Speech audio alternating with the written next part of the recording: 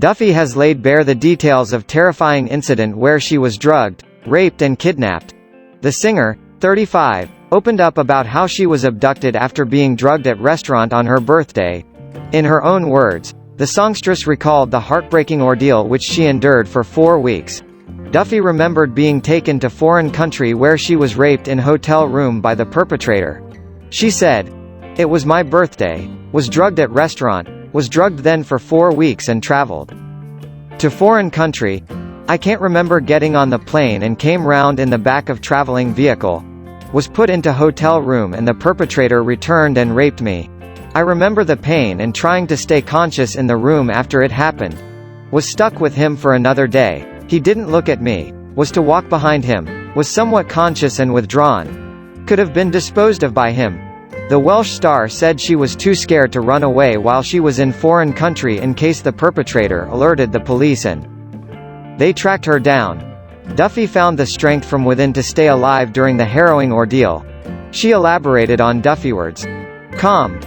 Contemplated running away to the neighboring city or town, as he slept, but had no cash and was afraid he would call the police on me for running away, and maybe they would track me down as missing person. Do not know how had the strength to endure those days, did feel the presence of something that helped me stay alive.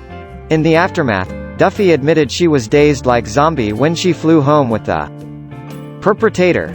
She was then held captive in her own home. It was the perpetrator's threats to kill her which gave her the courage to flee and find somewhere else to live where she couldn't be traced by him. She said, "Flew back with him, stayed calm and as normal as someone could in situation like that, and when got home, sat, dazed, like zombie. Knew my life was in immediate danger. He made veiled confessions of wanting to kill me. With what little strength had, my instinct was to then run and find somewhere to live that he could not find. The perpetrator drugged me in my own home in the 4 weeks. Do not know if he raped me there during that time. Only remember coming round in the car in the foreign country and the escape that would happen by me fleeing in the days following that. Do not know why was not drugged overseas. It leads me to think was given class drug and he could not travel with it." The gut-wrenching trauma left Duffy suicidal and she credited her therapist for helping her.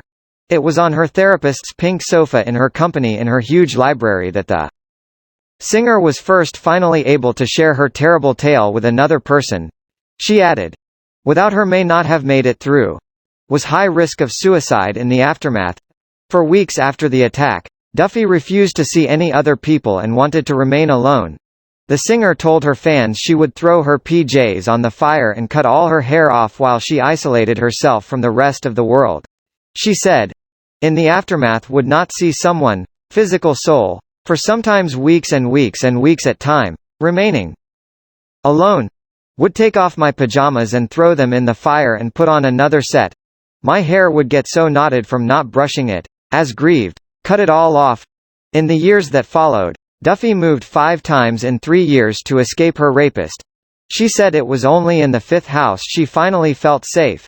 It had an impact on her romances as Duffy said she was love-bombed by people who wanted to date the singer on her album covers rather than the hurting person she was during recovery.